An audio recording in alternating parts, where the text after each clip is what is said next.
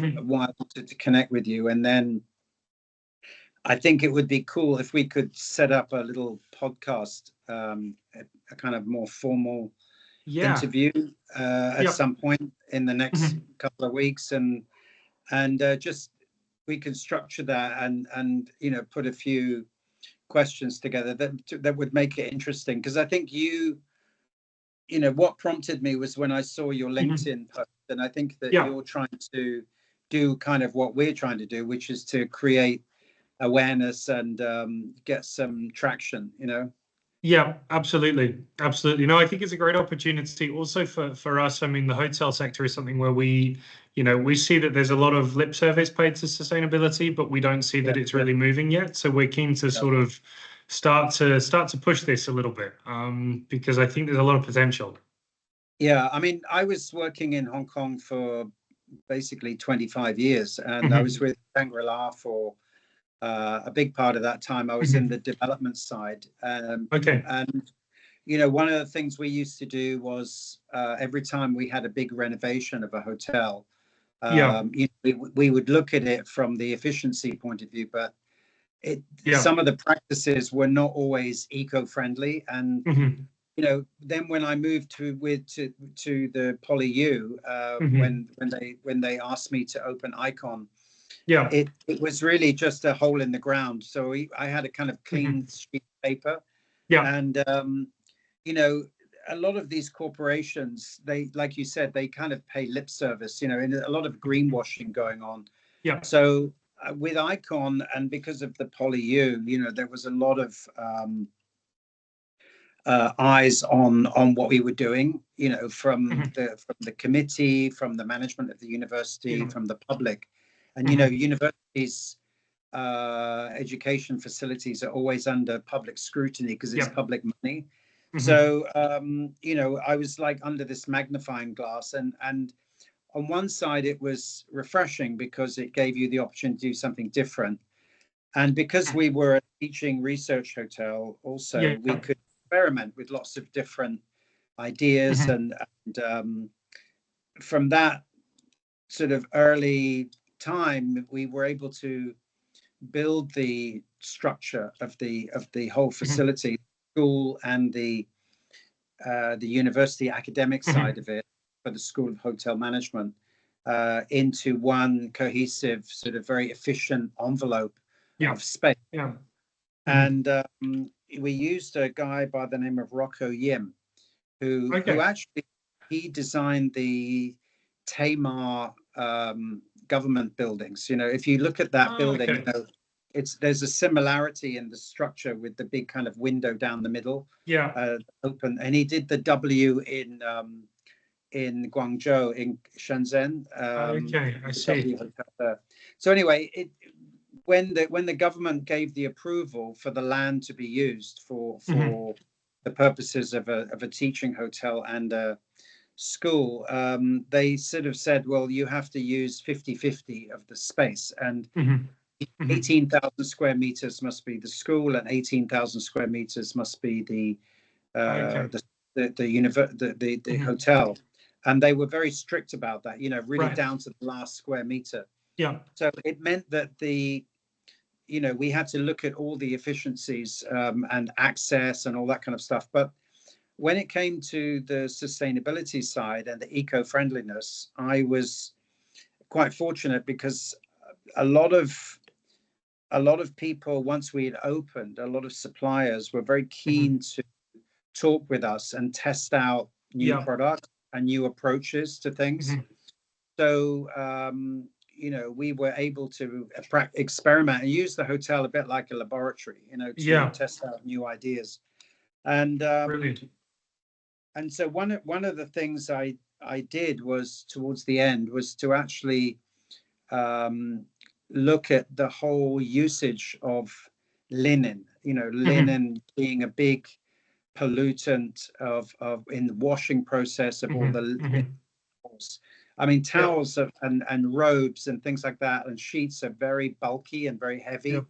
Yep. So they use a lot of energy and a lot of detergent, Mhm. and there's a lot of wastewater. Yep. And then also the uniform side, the sheer cost of Mhm. having to design uniforms. Yeah. You know, you think about how many different departments there are. You know, a hotel Yeah. is a bit like a city laying down on its Yeah. side with the Yeah. streets and the corridors. You know, so you've got marketing, you've got accounting, you've got, you know, Yeah. food and beverage outlets, Mhm. housekeeping, Mhm. the spa. So each one of these needed a design, and then you've Mhm. got all these different fabrics that are being used for Yeah. it. And then, you know, when people leave, when they move on, because our business is quite high turnover, you know, at least, Yeah. you know, Yeah. 30% turnover, because a lot of young people, and it's generally Yeah. considered to be, you know, that not that well paid. So you do get quite a lot of turnover. So sometimes you've got a lot of discarded uniforms Right. and Right. huge inventory of stock, you know, which Mhm. is just sitting there, thousands and thousands, hundreds of thousands of dollars worth of stock just sitting Yeah. in Yeah. storerooms. So it kind of got me thinking about how we could be more efficient with that, and also to use fabrics that are, you know, recycled, or using bamboo and hemp and other Mhm. materials. Mhm. So we did experiment with that, and that was sort of, for about 2 or 3 years we used lots of different Yeah. materials. And then, you know, I kind of left after COVID just went on and on, Mhm. and it wasn't really getting any better. My contract was sort of drawing to an end after Mhm. 13 years there. Wow. So Yeah. I kind of headed back to the UK, and for, you know, from the point of view of giving something back to the community, I felt that it would be good to do something worthwhile to sort Mhm. of spread the word about this. And it is a subject that is getting a lot of interest over here in the Yeah. UK. Yeah. It particularly the usage of linen and fabrics, Yeah. and Yeah. just that the whole textile fashion industry is very wasteful. Yeah. Yeah. Um, Absolutely. so when Mark Russell, you know, the CEO, and Paul, who I'd worked with on the Icon project, approached me and said, "Look, you know, would you be interested in kind of working with us to build the community amongst the hotel industry?" I said, "Yeah, sure," Yeah. because I'm so well connected. And so Mhm. what I'm really doing is reaching out to organizations like Reset Carbon, like you, Sam, and, Yeah. you know, young people who are kind of open-minded and very enthusiastic about this and passionate about it. And I mean, people in this country, you know, the sort of zero carbon crowd, and I Mhm. mean, they're quite militant in their Yeah. approach to. I mean, they were Yeah. just painting Stonehenge I saw orange last this. I week, you saw know. this. Yeah. Yeah. So it is a very emotive subject. But Yeah. what I was thinking was that if there was a way that we could work together, us to get awareness for you, you to help us to sort of get Yeah. the ball rolling, because Crestwell is using AI from the point of view of the supply chain and Yeah. the design side of it. Yeah. I saw Uh, that actually on your website. It looks really interesting. yeah, The AI piece. yeah, they have a way of, you know, building in. You can plug in, if you write in the brand Mhm. DNA with as much Yeah. detail as you can, whether, you know, Mhm. if you have a brand like Peninsula, which is a very much a heritage Yeah. le- legacy brand, and, you know, Mhm. there's a lot of brand DNA that you can put into an AI Yeah. algorithm that Yeah. would generate some really interesting designs. So that's what they Yeah. do. I All see. those models on the website are all AI designed, Mhm. and therefore you, as a hotelier, you know, one of the pain points was often having to go and find a designer, then pay big design Mhm. fees, and then quite often they would be recommending fabrics which came from their own factories or from Right.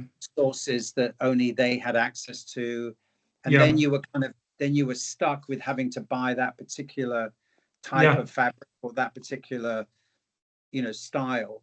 Mhm. So this way, it makes it a lot easier for staff who are onboarding to Mhm. just go and order their, you Yeah. know, their garment directly from the website. Yeah. um, and you're not at the mercy of somebody who maybe doesn't have a sense of style, like a food Yeah. and beverage director who Mhm. has his own kind of idea about what style Yeah. is. Mhm. So yeah, it's a very efficient way of working, and because they've got direct access to the factories, and they Mhm. are making sure that the factories are using the proper protocols, and you're buying direct from the Mhm. manufacturer. Like there's Mhm.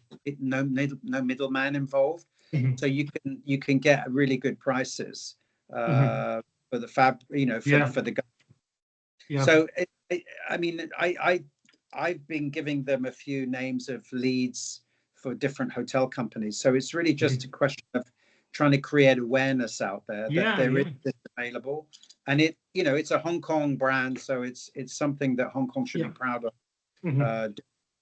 So Yeah. I don't know whether you had any thoughts about how we could maybe look at this, or because I think if you're doing something that like this, it can actually elevate a brand, you know, in terms of the marketing perception of it. Right.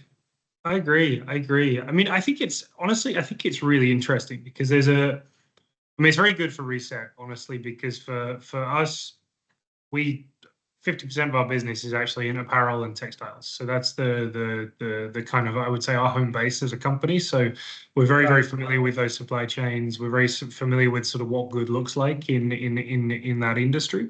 So I think, and then the hotel piece, you know, we've done a lot in real estate. We do a lot in energy. We do energy management is a big piece of what we do for both factories, but also for properties. So I think honestly, the way I would tackle it is really to just look at the value chain, right? And look at what is the normal process for a hotel uniform? Where are the areas where there are hotspots for carbon normally? And then just talk through those and basically use that as a way to make people understand actually what are the issues within this industry. I think it's really interesting to take that approach because then you cut for a few things. You get the textile part, you get the waste part. I thought was really interesting what you said about the high staff turnover, for example. But then you Mm. also kind of get the energy part of, say, the laundries and the actual sort of usage and in the lifetime of the uniform. I think honestly that would be the approach I would take, is really just to show people actually how big the impacts are, because I think often when people think about particularly sustainable fashion, they think about two things. They think about, first of all, the materials that it's made of, and then they think about maybe getting thrown away at the end of its life. Actually, most of the environmental impacts within fashion actually come within things like dyeing, things like the energy usage for processing cotton and materials.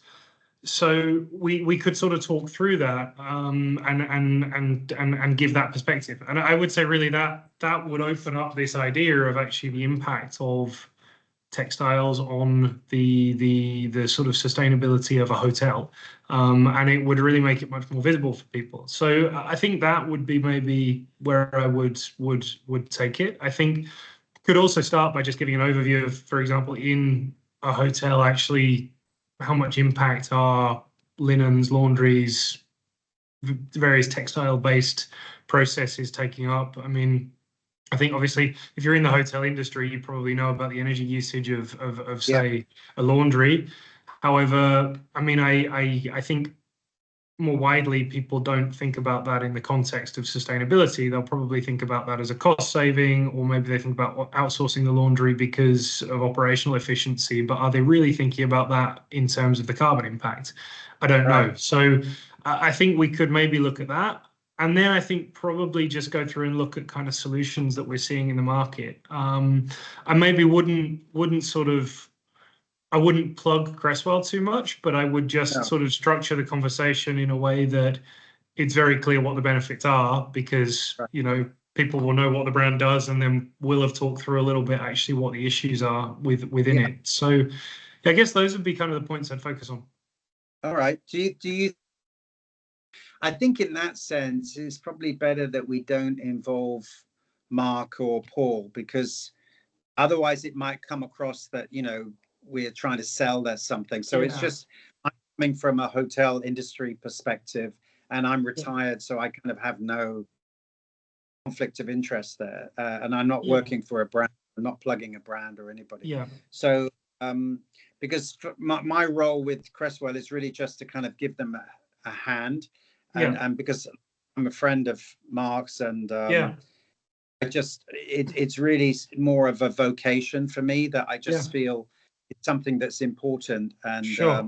the problem in this country is that unless you threaten people with the stick, or a fine, or Yeah. put forward a piece of legislation, nobody's going to do it. But actually, Yeah.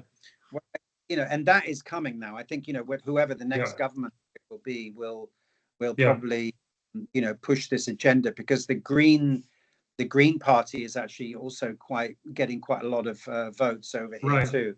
Right. So I think it's obviously on there. It's going to be on a few of the manifestos. So I Mhm. think they will start to legislate, and the hotel industry, or hospitality in general, with restaurants and all Yeah. that, and fashion as well, from the retail point of view, will probably come under some scrutiny. Yeah. But ironically, the countries that I find are perhaps more advanced in this is actually Asia Pacific. There are a lot of Asian-based brands Mhm. who, if you go on LinkedIn, you see people like Yeah. Centura and some of these Thai Yeah. companies, because quite often they have a vested interest, because they're promoting resorts and spas and that kind of thing. Exactly. Exactly. I Como think, is another yeah. group that I'm quite close to, the Como people, and Okay. all the Maldivian properties. Mhm. They could be accused of wrecking the Right. you know Right. the coral reefs and all that. So they've got to back Exactly. that out somehow. That's So it. Yeah. I you think, but I certainly feel, and if you go to, Singapore has one approach, and when you talk to housekeeping staff, it's amazing how little they know about this. Yeah. A Yeah. lot of the housekeeping directors in hotels, they're more into looking at their own productivity of their Absolutely. labor, rather than the damage that Absolutely. they're causing, Yeah. It's funny. I think we see it in every industry though. We normally see it as kind of a journey that an industry has to go through. You get to this phase where you're getting the awareness and people start to, real estate has just gone through it in Hong Kong, for example, that you suddenly, the sector becomes aware that sustainability is an issue and everybody starts talking about sustainability. But then there's a gap between, there's that buzz comes around it, and then you see people start to make commitments, and then there's kind of this gap where people go, oh, I don't know how to actually do this. So they'll Yeah, then, there's a break point. There's a couple of years where things sort of are a bit uncertain, and it typically is because KPIs are misaligned. So you've got, for example, if we look at real estate, you've got a projects team who know that they need to use low carbon steel or cement when they're building a property, but their KPIs are to focus on cost and focus on project completion time, and therefore actually they don't have the time within the project or the budget to sort of invest in these additional things. And I think every industry is the same. I see hotels at the moment, at least we're doing quite a lot of research into this at the moment, just sort of status quo in the industry, and I sort of put them at the earliest phase. I think there's just the first start of awareness. I think COVID probably put people back just because the focus had to be on survival for a few years. We actually saw, very interestingly, that a lot of hotels set carbon targets according to the science-based targets scheme in around 2018, 2019, and then yeah, actually withdrew their targets because during COVID they just couldn't apply the resources to actually figuring out how to get there. So I feel like the right. industry was about to move, and then COVID has just kicked everybody, and now they're sort of just about to start again. So it could be I think it's a nice moment to be having this discussion, to be honest. Yeah. Yeah. No, very good point. And I think you're right. They need to build credibility now, Yeah. because and I think that a lot of them don't have their own strategy. No, They're exactly. they're looking at what other people are doing. Yeah. And I know GMs. I mean, even for Yeah. myself, there were a lot of people, a lot of copycats out there was copying Yeah. what. And Exactly. because we had license to do it, they were quite envious sometimes. These Yeah. GMs, stuff they wanted to do, but Exactly. saying, "Oh no, you can't do that because if we do it in your hotel, we need to do it in all the hotels." Exactly. And I think that's a big issue. I also see the franchising structure as a big barrier in hotels. I mean, I don't know, Yeah. in Asia, to be honest, it seems to be a lot more that the sort of the brand also owns the property, but certainly for the big chains, who has responsibility for this? Is it the real estate owner? Is it the hotel brand? Is it the operating company? Actually, it's very easy to sort of give the responsibility to someone else always. So I think that that's another issue that is kind of going to make it challenging for the industry. Yeah. Somebody needs to sort of take this and run with it, but I think everyone can kind of look at each other and force a responsibility around at the moment. Right. And that's a very good point, Sam. And I think that, that's why if you approach it, I mean, if somebody like Crestwell, just for the sake of argument, was to approach a chain and say, Yeah. look, this is not a gimmick, right? This is real. Yeah. And we're not telling you what to do. We're asking you how we can help you. What can we do? Yeah. This is the technology we have. These are the Mhm. resources we have. And maybe what it needs is for them to do some sort of a pilot project. Yeah. Maybe even with what you were just talking about made me think about cruises, because behind you is a picture of the harbor, right? So Yeah. Cruise lines are huge turnover, much more than hotels. Mhm. They have very multiple departments Yeah. with multiple uniform uses. I mean, it might be good to do something with a cruise line out of Hong Kong, around it as well, so I would also but I say think F&B. yeah, Chain F&B outlets where you've got, Yeah. again, even higher turnover, and you've got probably just a little bit less organizational complexity. It's franchised, but at the same time, it makes sense for everybody to buy the uniforms in one place. Every McDonald's is not buying a separate, using a separate uniform supplier. That could also be a place just to sort of prove the concept. Yeah. Well, Yeah. I'm actually to Shake Shack at the moment. Okay. There's somebody by the name of Corey Blumenthal, Mhm. who is the head of, and I'll be happy to introduce you. Yeah. She is the head of sustainability for Shake Shack, based in New York. Oh, And wow. it covers everything from the food side, because it's interesting because they group together sustainability and culinary. So Interesting. yeah, so she does everything with regard to packaging, what they're wearing, the Yeah. takeaway stuff, and then the sourcing Yeah. of the food and the breads and Mhm. everything. So I'm Yeah. setting up a discussion with her, and I think that Shake Shack I like because they're quite a humble brand. Yes. They kind of, they're not out shouting about stuff. They do talk about sustainability quite a lot, but it's just a damn good product, Yeah. Exactly. and that's why I think it does so well. I mean, Yeah. the one here, when I take the train to London, I get off at Victoria, and there's a big Shake Shack there on the corner opposite Mhm. Victoria Station, and it's packed. It's always Yeah. packed, and the Five Guys around the corner is empty. Exactly. I mean, Exactly. and I think a lot of it is this sort of brand perception, and Yeah. they're not out making claims. They're Right. more about, and they're not telling people. They're sort of asking, and I Yeah. think that's more of a humble approach. Agree. And yeah, so I think it'd be great if we can start to build a little network. And I agree. the hospitality industry is enormous, as you know. Yeah. So you've got, I mean, even airlines, right? So I mean, Right. travel, Yeah. the travel side of the industry as well. So Mhm. it is. Yeah. I agree. It's I think there's huge potential here. And I mean, this is a little bit what we're working to, I suppose, just unpack at the moment, because Yeah. we see so many, and particularly this is why we said hotels are most interesting for us at the moment, was because, so we work a lot with food and agriculture. So we work, for example, with Coca-Cola here to do their carbon strategy. We work with Vitasoy. We work with DFI, the big retail chain, and so we really understand now agricultural supply chains. We're doing a lot of work into that and how you can make impact. We've done a lot in property.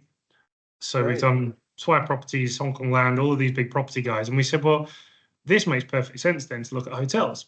And we've done the textile piece as well. Hotels are perfect because actually they incorporate every single element of that. And probably what you can learn from a hotel is also just how to learn to manage carbon in somewhere where there is huge organizational complexity, tight margins. And there's so many, I feel like there's so many things that we'll be able to learn from hotels and the way that they work that we can then, as you say, just apply around the whole hospitality industry. So it's a really exciting, it's really exciting to actually just be starting this conversation because, yeah. I mean, actually, one thing, I mean, between us, but one thing I was working on just before I left, was with the they've got a sustainability department within the PolyU, right? And we coming up with an idea to make Icon the first neutral hotel. You know? Wow. Okay. Yeah, and that was the sort of it was like a 3-year plan, and they felt it was really achievable. And unfortunately, as I say, I ended up leaving, but that was, I think it's all been, pushed to one side now, but that, I think that you won't be long before you see a hotel brand that is saying we are the first ESG or carbon neutral hotel brand, because it's a very emotive subject with female travelers. I mean, I know there are women out there who will seek out hotels that have sustainable practice. Especially your generation, your sort of age group, and quite often it's the woman, the female, or the wife who's making the choices as to what hotel they're staying in. So I think that there's definitely, in terms of reputation, it's a very important element. Yeah. And I think people will very quickly learn to identify also who is making real claims and who is, because I think this is a little bit the thing at the moment.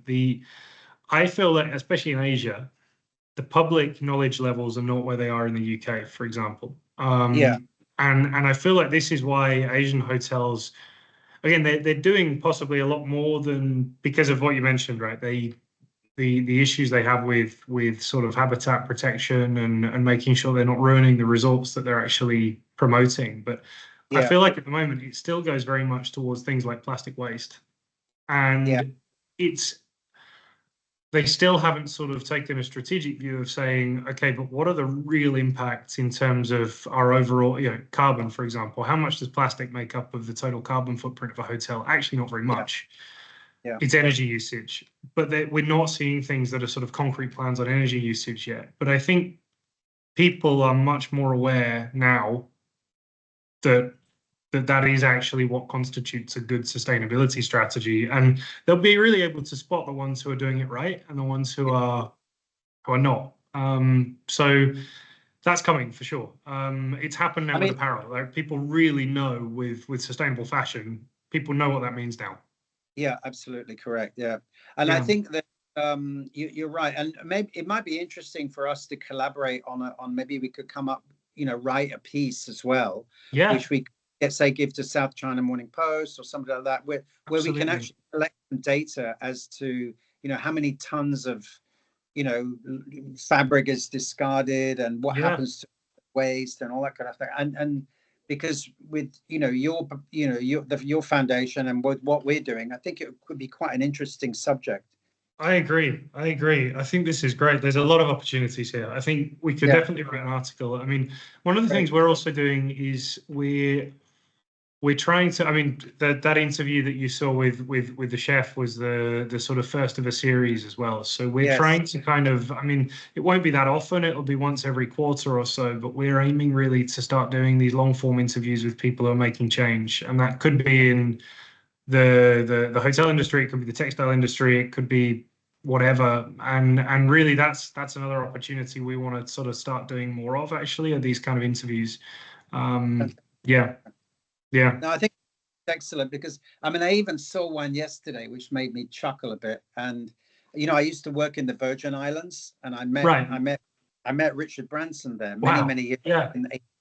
1982, 83, Yeah. which is when he bought Necker Island and was starting to develop it. And there was a thing on LinkedIn with him with a couple of bloody kangaroos, baby kangaroos. I saw it. Yeah. Yeah. And I thought, he's actually very clever. And I thought, God, you're really scraping the boat. Fancy taking a couple of, they're indigenous to Australia, taking them all the way to the bloody Caribbean and sticking them on an island somewhere. I saw the post, and he said that the climate is perfect for baby kangaroos. I thought, is it? I thought that's very different to sort of an arid Australian climate. I mean, it's like, I dare not say it, but it's almost like modern day slavery. They take all the slaves from Africa and put them in the Caribbean, miles from their homeland. And I don't know. I just thought, God, they're really coming up. They're really coming up with the most crazy ideas to try and get attention. But anyway, look, thanks ever so much. And I'll work around your schedule. So if you could let me know. But it would be really useful if you could just send me a copy of this, and maybe in an MP4 format, and then I can send it to the guys in Hong Kong and let them know that we've had a chat and what we've got on the cards. Absolutely. So shall I send you some dates through and times to actually sort of do the recording, and then I can also send you maybe just some notes on kind of the topics I think we could cover. That'd be great. Yeah. And then what I'll do is I'll for that one I'll get hold of a computer with a better mic, and then we can have a bit more of a better clarity and put on a tie or suit or something. I don't know, but where's the podcast going out? So is that on their channels? They have a podcast already, or? No, this is something new. We're just starting it. I mean, I'm going to be talking to some GMs. I'll be talking to people like Shake Shack. I'll be talking to, there's a lady called Sonal Uberoy, who is a spa specialist, and she's written books. She used to author books around spa sustainability and spa. And she interviewed me a couple of years ago. So I reached out to her. So it'll be very varied, but I mean, hopefully we can set up a good platform. I mean, I'm not trying to be a podcaster, I mean, I'm not a Joe Rogan, kind of, looking to set a career around this, but I actually enjoy it. And sure. And I do have such a diverse background. Even yesterday, I spoke with the GM of the Hong Kong Football Club about what they're doing, and they have tons of different departments there, and they use football jerseys and all kinds of sports garments, which they discard when it's end of season. They give it away to homeless, but anyway, so I mean. Yeah, I mean, if it develops and there's a lot of interest, but I think that it's such an interesting subject, and like you said, we're not trying to sell anything, so I think it's worthwhile. Yeah, no, it sounds brilliant. Really, really excited to do this. I think it's a great opportunity. Okay, Sam, thanks ever so much. I really appreciate it. Thanks, Richard. Take care, mate. Thank you. Bye-bye then. Bye. Bye.